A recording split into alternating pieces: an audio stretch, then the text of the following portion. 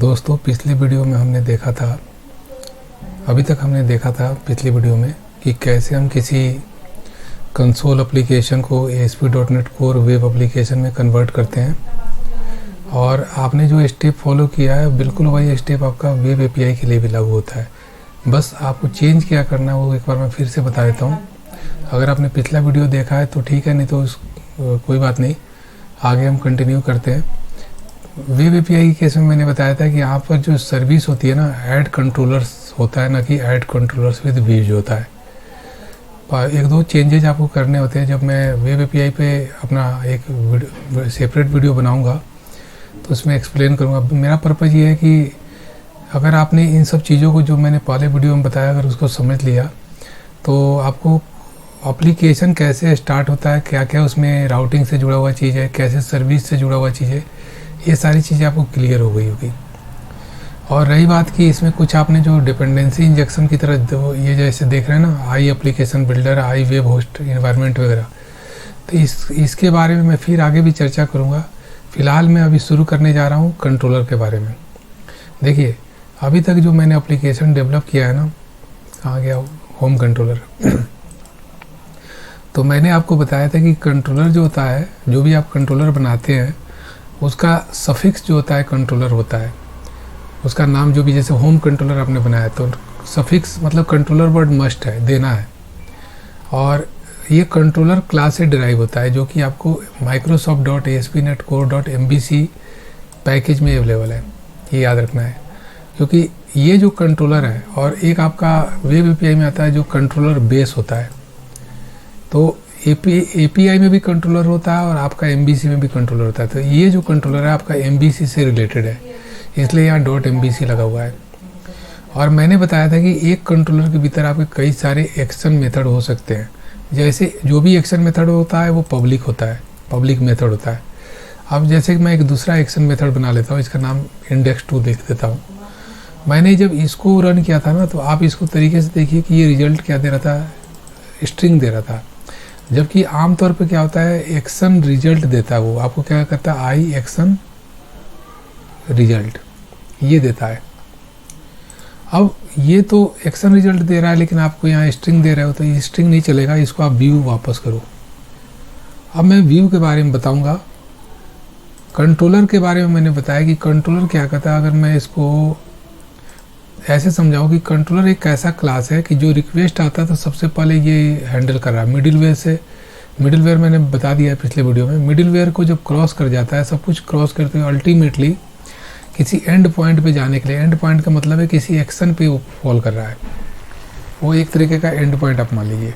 तो कंट्रोलर से जब वो किसी एक्शन पे जा रहा है, जैसे कि यहाँ होम कंट्रोलर है, तो इसका एंड पॉइंट कैसे बनाएंगे, मतलब उसकी मैपिंग कैसे करेंगे URL की। आपका जो भी डोमेन होगा, लोकल होस्ट अगर यहाँ है तो लोकल होस्ट लिख दीजिए। जो भी आपका पोर्ट हो, मान लेते 1 2 3, ये भी जो भी पोर्ट हो। उसके बाद आपका कंट्रोलर क्या है, होम। जो सफिक्स है उसको नहीं लिखते हैं, स्लैश। अगर आपको पहले एक्शन मेथड को एक्सिक्यूट कराना है, जैसे इंडेक्स नाम का एक्शन मेथड है, इसको एक्सिक्यूट करना, तो ये आपका URL है जो आप अपने ब्राउज़र में देखेंगे या टाइप करेंगे। अगर इसी तरह इसको एक्सिक्यूट करना है तो इसके लिए आपका जो URL होगा वो आपका ऐसा होगा, index2। तो ये मतलब पैटर्न आप फॉलो करते हैं। ये पैटर्न तब फॉलो करते हैं जब मैंने यहाँ लिखा है कि जब आपने अपने स्टार्टअप क्लास में डिफ़ॉल्ट मैप डिफ़ॉल्ट कंट्रोलर राउट जब करते हैं ना, तो यहाँ पर थोड़ा रखें तो आपको पता चल जाएगा। यहाँ खुद बता रहा है कि कंट्रोलर आपका होम है और एक्शन आपका इंडेक्स है बाय डिफ़ॉल्ट। इसको मैं एक्सप्लेन करूँगा, पहले डिफ़ॉल्ट कंट्रोलर राउट से ही बताऊँगा मैप। इसी से ये एक्सपेक्ट करता है कि आपका एक कंट्रोलर जो है होम नाम का है और एक इंडेक्स नाम का है। इसके अलावा जो होगा ये तो अगर आपने, मैं आगे बताऊँगा, पहले इसको हम देख लेते हैं करके। तो अब यहाँ तो व्यू रिटर्न कर ला, लेकिन मैंने व्यू तो बनाया नहीं है। व्यू बनाते कैसे उसको मैं बता रहा हूँ।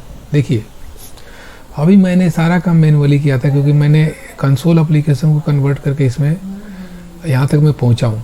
आप देखिए तो यहाँ व्यूज नाम का कोई फोल्डर तो है नहीं। तो व्यूज बनाने का तरीका है कि जो आपका ये जैसे व्यू रिटर्न करते हैं, इसके ऊपर जो है ना, इस एक्शन मेथड के ऊपर राइट क्लिक कीजिए, ऐड व्यू कीजिए। आप मैनुअली भी बना सकते हैं, लेकिन ये जो है ऑटोमेटिक कर देता है सारा काम, इसलिए मैं इसको ले रहा हूँ। अगर मैंने एक रेजर व्यू होता है, एक रेजर व्यू इम्पोर्ट होता है, पहले इसको हम समझते हैं, बाद में इसको देखेंगे। तो इसको लेते हैं, ऐड करते हैं। ऐड करने मतलब एक पेज ऐड होगा। देखिए आप यहाँ पर देखिए कि जैसे मैंने इसको किया ना, तो व्यूज नाम का एक फोल्डर बन गया। अभी तक जो भी हुआ, लेकिन देखिए यहाँ व्यूज नाम का तुरंत बन गया, ये जैसे मैंने इस कमांड को एग्जीक्यूट किया। इसके भीतर ही हमारे सारे व्यूज बनते हैं। अब मैं आगे दिखा रहा हूँ क्या है। आप इंडेक्स नाम का व्यू बना रहे थे ना, क्योंकि इंडेक्स नाम का एक्शन मेथड के लिए कोरस्पॉन्डिंग व्यू क्या बनाएंगे, इंडेक्स नाम का ही बनाएंगे। ये व्यू बना लीजिए, तो ये व्यू आपका इस फोल्डर में जाएगा, क्योंकि ये कंट्रोलर जो है होम है, तो होम से रिलेटेड आपका व्यू जो है, होम का एक फोल्डर बनेगा, उसके भीतर आपका जैसे इंडेक्स नाम का व्यू बन गया। इसको मैं इसके ऊपर जितना कुछ लिखा है सबको हटा देते हैं। व्यू के भीतर हम खुद से कोडिंग करेंगे। ये HTML का कोडिंग होता है, कुछ CSS का C# का कोडिंग होगा, इसलिए इसका फाइल एक्सटेंशन देखेंगे व्यू का CS/HTML है। कहने का मतलब कि ये जो पेज है आपका सर्वर पे एग्जीक्यूट होता है, और जो CS मतलब C# का जो कोड है वो सर्वर क्या करता है, उसको कन्वर्ट कर देता है आपको HTML में। अल्टीमेटली आपको ये जो पेज रेंडर होता है वो HTML में ही होता है, लेकिन शुरुआत में तो आपका ये CS/HTML ही है ना, इसलिए आपको फाइल का एक्सटेंशन दे रहा है CS/HTML, और ये सर्वर साइड ये कोड एग्जीक्यूट होता है, जो भी इसके भीतर C# का कोड होगा वो हम आगे देखेंगे। हमने अभी देखा कि व्यू बनाते कैसे हैं। ये जो आपने व्यू बनाया ना, तो यहाँ बन गया, लेकिन ये व्यू तो रिटर्न नहीं कर रहा, ये रिटर्न करना इंडेक्स, ये स्ट्रिंग। तो मैं इसको भी एक व्यू बना देता हूँ, जो कि मैं पिछला वीडियो में बता चुका हूँ। व्यू जो है आपका इसका टाइप ही होगा, और इसको व्यू रिटर्न करा, यहाँ मैं व्यू रिटर्न करता हुआ दिखा दिया। ये मेथड आपका कंट्रोलर के भीतर है। मैंने बताया था कि व्यूज आपका एक मेथड होता है जो कंट्रोलर क्लास के भीतर होता है, जाके आप वहाँ देख सकते हैं। मैंने पिछले वीडियो में बताया है ये सब चीज़ें, आप वहाँ जाकर देखिए कि इसमें 3 जो है मेथड है, प्रॉपर्टीज है, view bag, view data and temp data. बाकी आपको जो है कई सारे मेथड हैं जो सारे व्यू को रिटर्न करते हैं, और ये सारे वर्चुअल मेथड मतलब इनको ओवरराइड कर सकते हैं। पार्शियल व्यू क्या होता है ये भी हम आगे सीखेंगे। तो अभी हमने देखा कि इसका व्यू बना लिए इंडेक्स का। अगर इंडेक्स 2 का भी व्यू बनाना है तो ऐसे राइट क्लिक कीजिए, ऐड व्यू करेंगे। ऐड व्यू करेंगे तो वो व्यू कहाँ ऐड होगा, होम नाम के कंट्रोलर के कोरस्पॉन्डिंग होम फोल्डर के भीतर व्यू के भीतर बनेगा। ये नाम आपको खुद लिखना होगा। इंडेक्स 2 है ना, तो यहाँ इंडेक्स 1 आ रहा है, लेकिन आपको लिखना होगा इंडेक्स 2। अब आपने इसको कर दिया। मैं 1-2 और व्यू बनाऊंगा जिससे कि आपकी प्रैक्टिस हो जाए व्यू बनाते कैसे हैं। देखिए ये व्यू कहाँ बना, व्यूज के भीतर होम नाम का कंट्रोलर के कोरस्पॉन्डिंग एक फोल्डर बन गया होम, और इसके भीतर 2 व्यू बन गया। ये जरूरी नहीं कि व्यू का नाम इंडेक्स ही हो, आप कुछ भी नाम हो सकता है जो आपके बिजनेस लॉजिक है उसके अकॉर्डिंग हो सकता है। मैं एक और व्यू बनाता हूँ और इसका नाम देता हूँ क्रिएट। हो सकता है ये कुछ क्रिएट कर रहा हो। अब इसको कॉपी कर लेता हूँ क्योंकि मैं इसी नाम का व्यू बनाऊंगा। ऐड व्यू किया, व्यू यहाँ लिखा, ऐसे किया, और इसका नाम मैंने क्रिएट दे दिया, तो ये व्यू बन जाएगा। ये बन गया इसके भीतर क्रिएट, सारे होम के भीतर बन रहा है। क्यों बन रहा है, क्योंकि कंट्रोलर जो है उसी के कोरस्पॉन्डिंग आपका व्यू बन रहा है, मतलब, और वो एक तरीके से आपका एंड पॉइंट बन रहा है सभी का। यहाँ तक आपने समझ लिया व्यू बनता कैसे है। अब व्यू में कोड क्या हो सकता है, अभी तो हम कुछ कोड करेंगे नहीं, इसमें हम सिंपली लिख देते हैं इंडेक्स व्यू। बाद में हम इसका कोडिंग वगैरह जो भी करना है C# का रेजर सिंटेक्स वगैरह की देखेंगे। मैं अभी कुछ और बताना चाह रहा हूँ, तो यहाँ क्रिएट लिख देते हैं, ये हो गया। अब देखिए क्या है, मेन चीज़ समझना हमें कंट्रोलर है।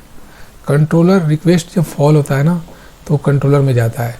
कंट्रोलर में जाएगा तो वो किस URL के थ्रू करेगा, अगर home/index है तो ये इसको कॉल करेगा, home/index2 है तो इसको कॉल करेगा। लेकिन अगर आप अभी फ़िलहाल जो है अपने प्रोग्राम को रन कीजिए तो आप देखिए क्या हो रहा है।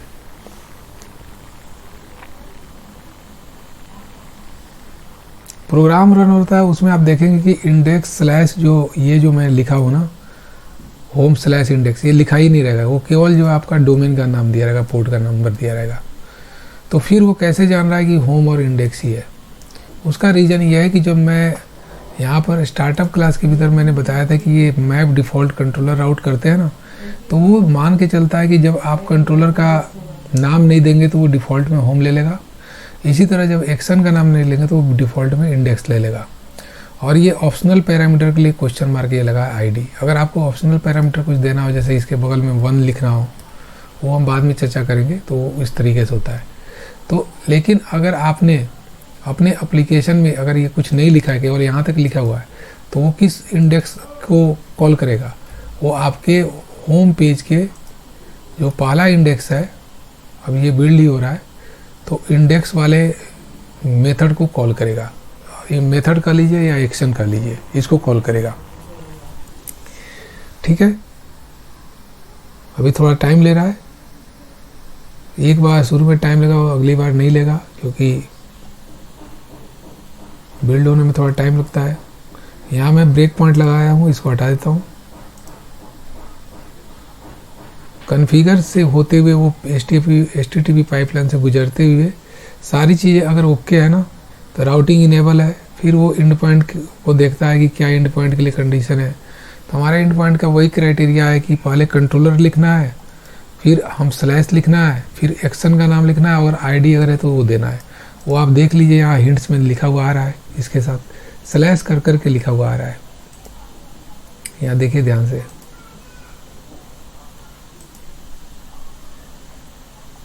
ऐसे ये पेज एक्सिक्यूट हो गया। आप देखिए कि ये डिफ़ॉल्ट को ले रहा है, तो उस समय जो है पोर्ट नंबर केवल दे रहा है और लोकल होस्ट दे रहा है, ना कि आपको होम इंडेक्स दे रहा है, जैसा कि मैंने बताया था।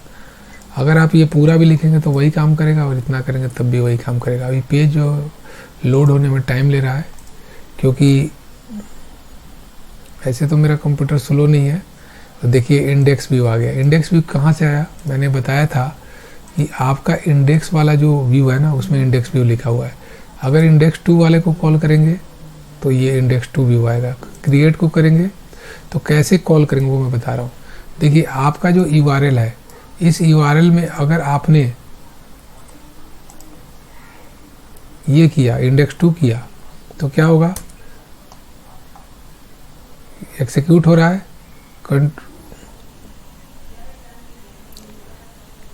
ये कह रहा है कनेक्शन जो है रिफ्यूज कर दिया। इसका रीज़न मैं अभी बता रहा हूँ क्यों हुआ है।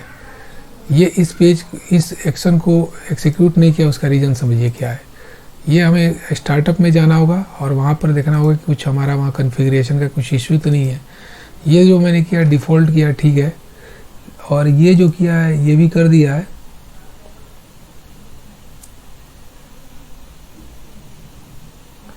ठीक है, अभी तक तो कोई इशू दिख नहीं रहा है, फिर भी मैं देखता हूँ। ऐड कंट्रोलर्स विद व्यूज किया हूँ।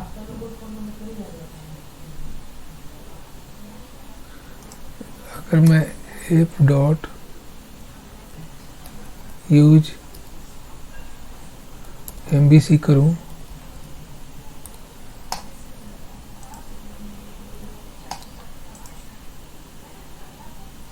तो ये करता क्या? This method only support attribute routing. To add attribute writing करने के लिए, जबकि to add conventional route use MVC application builder. ठीक है, तो ये कह रहा है कि अगर कन्वेंशनल राउटिंग यूज करना है तो आपको ये करना होगा। इसकी तो अभी मुझे ज़रूरत नहीं है, क्योंकि मैं डिफ़ॉल्ट राउटिंग से ही काम कर रहा हूँ। मैं देखता हूँ क्या इशू है।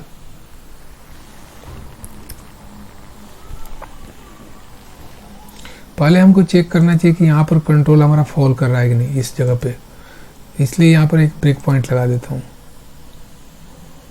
ठीक है, और उसके बाद हम मतलब एक तरीके से टेस्टिंग कर रहे हैं कि हमारा यहाँ पर कंट्रोल इससे गुजरते हुए यहाँ तक आ रहा है कि नहीं, जब मैंने अपना URL में ये दे रहा है। अच्छा, गलती ये हुआ था ना, मैंने यहाँ पर ये दे दिया था, लोकल होस्ट का पोर्ट गलत दे दिया था, जबकि मुझे ये देना चाहिए था।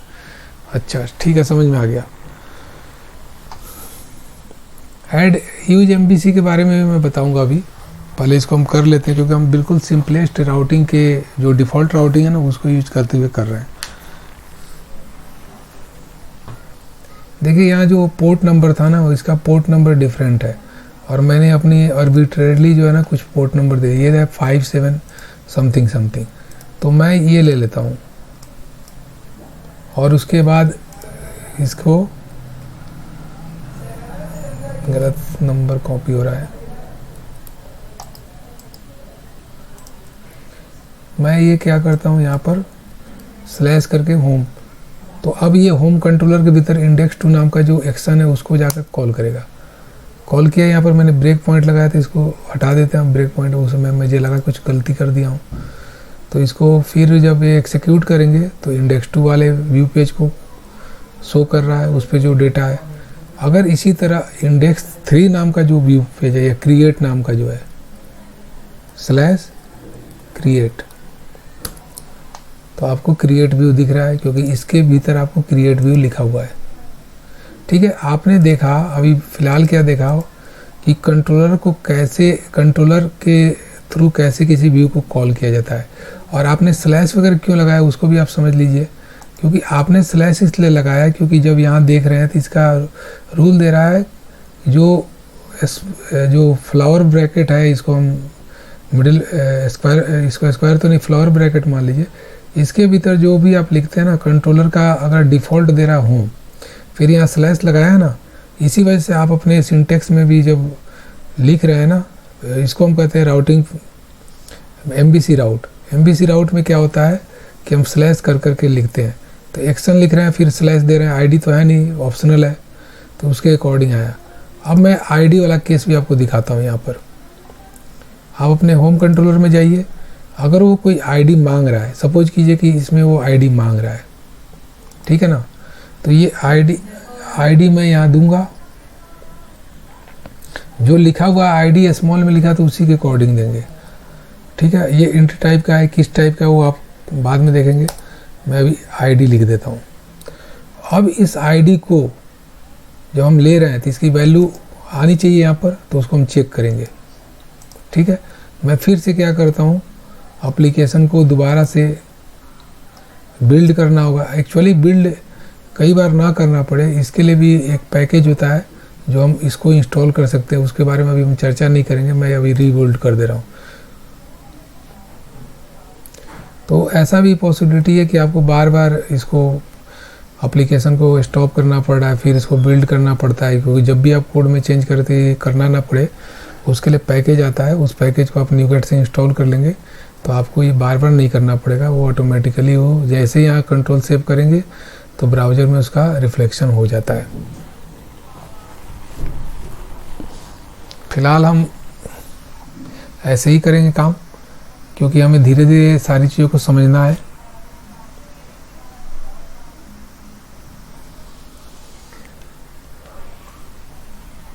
अब देखिए, मैं इसमें इंडेक्स वाले के केस में एक पैरामीटर पास कर रहा हूँ, तो थोड़ा सा टाइम ले रहा है।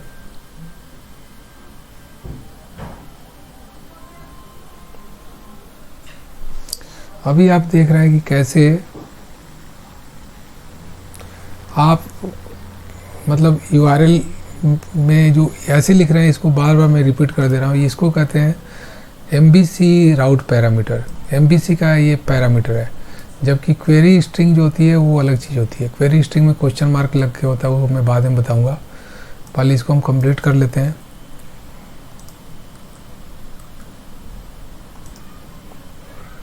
देखिए ये आ गया। अब मैं आपको बताने जा रहा हूँ कि अगर मैं यहाँ ब्रेक पॉइंट लगा दूँ और यहाँ एक पैरामीटर पास करूँगा तो देखिएगा वो पैरामीटर यहाँ पर आपको मिलेगा। मैंने होम इंडेक्स लिख के 1 लिखा या 2 लिख देता हूँ और हिट किया, तो हिट करने पर आईडी का वैल्यू क्या आ रहा है, देखिए यहाँ पर रखिए हाथ, तो देखिए आईडी 2 आ रहा है। मतलब यहाँ पर जो भी आप वैल्यू पास कर रहे हैं, ये राउट पैरामीटर बोलते हैं, तो वो वैल्यू जो है यहाँ जा रहा है और इसके भीतर ये वैल्यू जाएगा और आप इसको मैनिपुलेट कर सकते हैं। तो इस तरीके से अभी आपने देखा कि कैसे हम जो है कंट्रोलर पे वर्क करते हैं। अब कुछ बातें मैं आपको बताऊंगा जो कि बहुत ही इम्पोर्टेंट है, यूजफुल है, उसको हम देख लेते हैं। सबसे पहला चीज़ आपको मैं बताऊंगा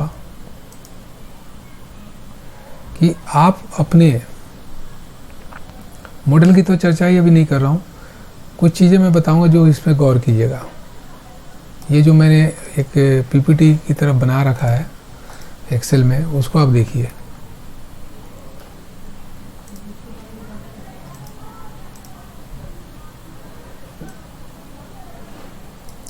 ये मैंने बताया कि send data from controller to view. अगर आपको कंट्रोलर से व्यू पे डेटा पास करना है, जैसे अभी डेटा हमारे पास आया था 2, अगर इस डेटा को मुझे इस व्यू को भेजना हो, इंडेक्स वाले व्यू को, कैसे भेजेंगे? तो उसको भेजने के लिए क्या करते हैं कि जो कंट्रोलर मैंने अभी बताया था ना, इसमें आपने देखा था 3 प्रॉपर्टी है, view bag, view data, temp data, इसके माध्यम से भेजते हैं। वही चीज़ मैंने यहाँ एक्सेल में अपना बना रखा है, जो मैं आपको दिखा रहा था कि आप जो है व्यू बैग, व्यू डेटा और टेम्प डेटा के माध्यम से क्या कर सकते हैं कि किसी डेटा को कंट्रोलर से व्यू पे भेज सकते हैं। ये अभी मैं बताऊंगा। फिर दूसरा इसके अपोजिट केस होता है कि मान लेते हैं आपका व्यू है, जो उस पर कोई फॉर्म हो सकता है। तो फॉर्म में क्या होता है, उसमें फर्स्ट नेम लास्ट नेम अगर होते हैं ना, अब उस डेटा को जब सबमिट करते हैं तो और उसको आपको कंट्रोलर पे लाना हो तो कैसे लाएंगे? जस्ट इसका अपोजिट, कंट्रोलर से व्यू पे जा रहा हो, व्यू से कंट्रोलर पे लाना तो क्या करेंगे? तो इसके लिए कई सारे अलग अलग मैकेनिज्म है। एक पैरामीटर का टेक्निक है, एक रिक्वेस्ट ऑब्जेक्ट का टेक्निक है, फॉर्म कलेक्शन का टेक्निक है। ये सारी चीज़ें मैं आपको 1 बाय 1 बताऊंगा। तो पहले मैं इधर वाला पार्ट कंप्लीट कर लेता हूँ कि कैसे हम कंट्रोलर से व्यू पे डेटा भेजते हैं, ठीक है ना? तो देखिए मैं भेज रहा हूँ। अभी मेरे पास इंडेक्स पे चलते हैं, ये वाला, इसके कोरस्पॉन्डिंग अगर ये है, यहाँ पर मुझे कोई डेटा लाना है तो सबसे पहले क्या करते हैं, C# का जो रूल है उसको फॉलो करेंगे। C# का रूल करता है क्या है कि इसमें रेजर सिंटेक्स लिखने के लिए @ लिखते हैं। जैसे हम @ लिखते हैं ना, तो क्या करता है कि कंपाइलर जो होता है, क्योंकि ये पेज जो है, रेजर पेज जो होता है वो भी कंपाइल होता है, और अल्टीमेटली C# का कोड क्या होता है, आपको कन्वर्ट हो जाता है और वो डेटा जो है रेंडर होता है HTML पेज के रूप में। अब मैं एक एग्जांपल दे रहा हूँ। मान लेते हैं C# में हम जानते हैं डेट टाइम होता है स्ट्रक्ट। अगर इसमें नाउ मैं लिख दूँ तो ये जो वैल्यू देगा, माइंड कीजिए, इस वैल्यू को मैं चाहूँ तो प्रिंट करा सकता हूँ। इसको मैं ऐसा करता हूँ, एक बार इसको ये बंद कर देता हूँ, तब आप देखेंगे ये एरर चला जाएगा, क्योंकि अभी ये जो कंपाइल नहीं हो पा रहा था, क्योंकि ये रनिंग मोड में है ना, तो कंपाइल नहीं हो रहा था। अभी SU नहीं आ रहा है, तो ये जो है ना करेंट डेट टाइम देता है, और मैंने अभी कोई डेटा पास नहीं किया है। अब मान लेते हैं कि मुझे डेटा पास करना हो, तो @ सिंबल लिख के एक ब्लॉक कोड बनाते हैं। ब्लॉक कोड, और इस सिंपल में क्या है, इसको बोलते हैं एक्सप्रेशन। एक्सप्रेशन एक लाइन का होता है, जबकि ब्लॉक क्या होता है, उसमें एक से ज़्यादा स्टेटमेंट हम C# का लिख सकते हैं। जैसे मान लेते हैं, एक एग्जांपल के लिए बता रहे हैं, इंट ये लिखता हूँ = 10, C# का कोडिंग और कुछ नहीं है, और इंट B लिखता हूँ 20। तो आपको मालूम है, इसको ऐड अगर करना हो, इंट C लिखना हो और उसमें लिखना हो A + B, तो इसको अगर मुझे डिस्प्ले करना, देखिए ये ब्लॉक है, उस ब्लॉक के भीतर अभी तक आपने C# का कोड लिखा, लेकिन अगर आप इसके भीतर HTML का कोड लिखना चाहे तो लिख सकते हैं। कैसे? The value of C is क्या है, अब जो ये C लिखना था, सॉरी, इंट C। अब C की वैल्यू अगर यहाँ देखेंगे तो ये जो है लिटर, मतलब नॉर्मल टेक्स्ट है, अगर प्रिंट करेंगे तो C का C लिखा हुआ, लेकिन अगर इस वैल्यू को प्रिंट करना है तो उसके लिए @ सिंबल लगा के C लिख दीजिए। कंपाइलर को मालूम है कि ये एक वेरिएबल यहाँ है, उसको ये यहाँ पर रिप्लेस कर देगा। ये टेक्निक है। अब इसी तरीके से अगर आपका होम कंट्रोलर पे जो मैंने बताया कि ID आ रहा है और इस ID को भेजना है इस पे, तो मैंने बताया था कि आपके पास 3 टेक्निक है, या तो व्यू बैग, व्यू डेटा और टेम्प डेटा। तो इसके थ्रू मैं भेज के दिखाता हूँ एक एक करके। इसके लिए क्या करते हैं कि व्यू बैग नाम का जो प्रॉपर्टी है कंट्रोलर का, उस प्रॉपर्टी के साथ मैंने कुछ भी नाम लिख दूँ, माई ID लिख देता हूँ, और उसको पास कर देते हैं ID। तो इस व्यू बैग माई ID जो है, इसको मैं जब इसी के कोरस्पॉन्डिंग इंडेक्स वाले पेज में जाऊंगा, और अगर मैं इसको प्रिंट करना चाहता हूँ, यहीं पर प्रिंट कर लेते हैं नीचे, तो प्रिंट कर सकते हैं, लेकिन ये प्रिंट नहीं होगा ऐसे, इसके पहले @ लगाना होगा। तो इसको हम लिख सकते हैं the data received from controller is, और इसको यहाँ पे ऐसे लिख सकते हैं आईडी डेटा, इसको लिख दीजिए ID data received from controller. अब मैं इसको रन करके आपको दिखाता हूँ कि कैसे ये काम कर रहा है। माइंड कीजिएगा कि जब आपका डिफ़ॉल्ट कंट्रोलर जो है होम है और डिफ़ॉल्ट एक्शन इंडेक्स है, तो बाय डिफ़ॉल्ट यही एक्शन आपका एग्जीक्यूट भी हो जाएगा। और मैं अभी फ़िलहाल के लिए इनको हटा भी सकता हूँ क्योंकि इसके काम कुछ है नहीं, तो ये कन्फ्यूज़न करेगा, इसलिए मैं हटा देता हूँ।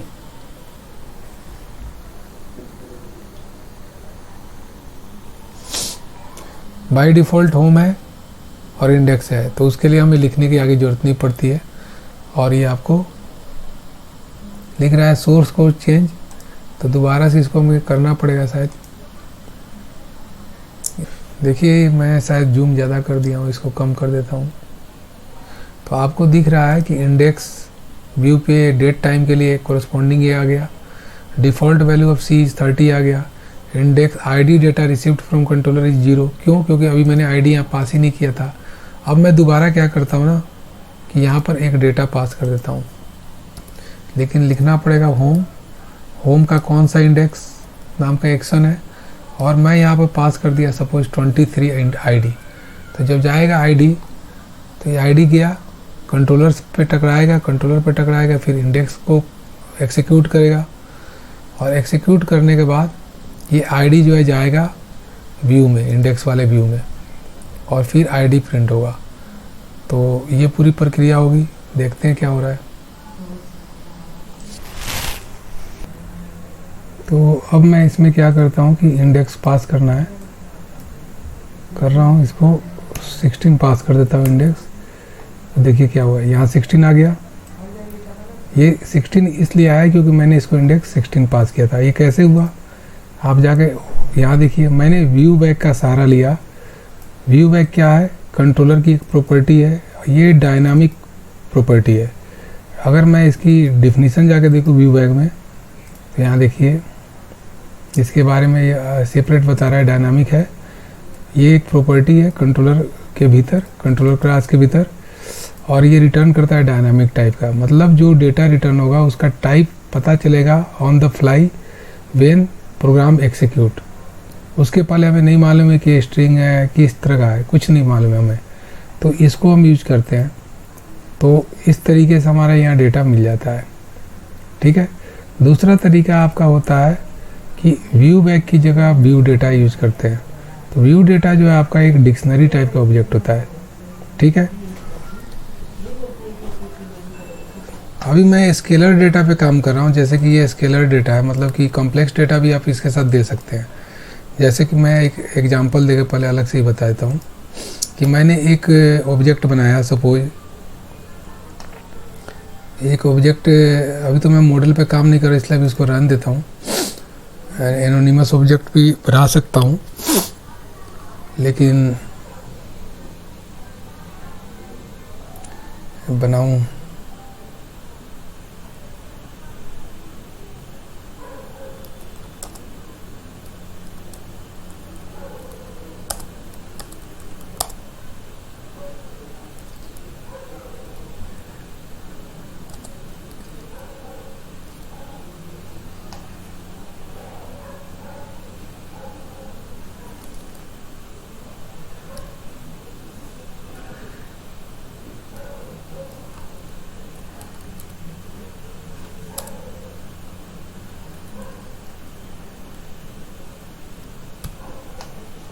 अब ये डेटा जो है मैं अगर चाहूँ तो यहाँ पर किसी दूसरे व्यू बैक के थ्रू, क्योंकि आप अपने एप्लीकेशन में जितने चाहिए, जितने डेटा भेजना हो उसके लिए बना सकते हैं। इसको मैं पास कर देता हूँ, इसका नाम करता हूँ पर्सन, और उस नाम से मैं ये डेटा भेज रहा हूँ। तो ये डेटा आपको इंडेक्स वाला पेज रिसीव करेगा। तो रिसीव करते समय हमेशा @व्यू बैक लिखना पड़ेगा आपको। और पर्सन जो है ना, देखिए यहाँ इंटेलिजेंस नहीं काम करेगा, ये डायनामिक है।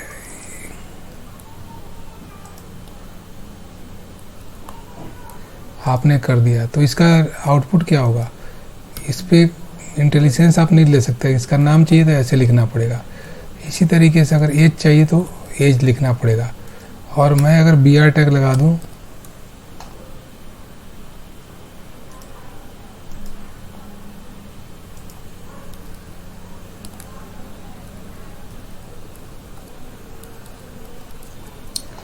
और इस एप्लीकेशन को दोबारा से रन करूं तो आप देखें कि डेटा यहाँ से ट्रांसफ़र हो रहा है कि नहीं। यहाँ एक कॉमन मिस्टेक हो गया है, कुछ कॉमा भी लगेगा।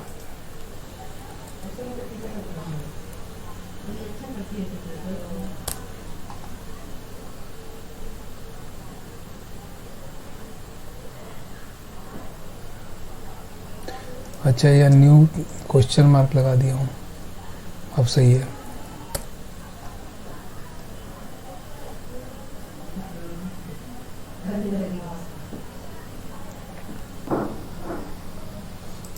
यहाँ लिख रहा है at 100 does not definition for name.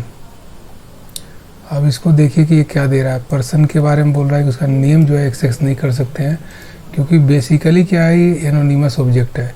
अगर मैं इसको 1 मिनट के लिए इसमें से पर्सन हटा दूं, फिर देखता हूँ क्या हो रहा है।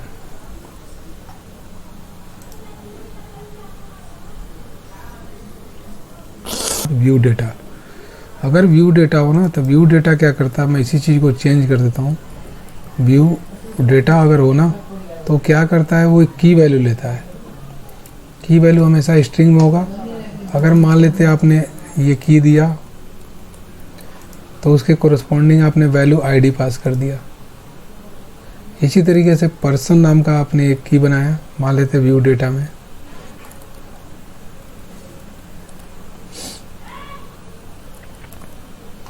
और उसको ये पास कर दिया। दोनों ही काम करेगा। अब यहाँ की का काम हो रहा है, क्योंकि व्यू डेटा क्या है ना, एक डिक्शनरी टाइप का रिटर्न करता है। अगर इसकी प्रॉपर्टी जाकर F12 दबाइए और जाकर देखिए, वहाँ तो डायनामिक था ना, ऑन द फ्लाई था। यहाँ व्यू डेटा डिक्शनरी है। डिक्शनरी क्या करता है, की वैल्यू लेता है। तो व्यू डेटा में क्या करते हैं, एक की हम पास करते हैं, और वो की जो होता है एक स्ट्रिंग होता है हमेशा, और उसके कोरस्पॉन्डिंग आप कोई डेटा देते हैं। अब यहाँ इंडेक्स पे जाइए, यहाँ पर जो व्यू बैग है ना, इसको व्यू डेटा कर लीजिए और इसको हटा दीजिए और इसको क्वेश्चन मार्क कीजिए। तो ये आपका काम वही सही करेगा जैसे ये कर रहा था।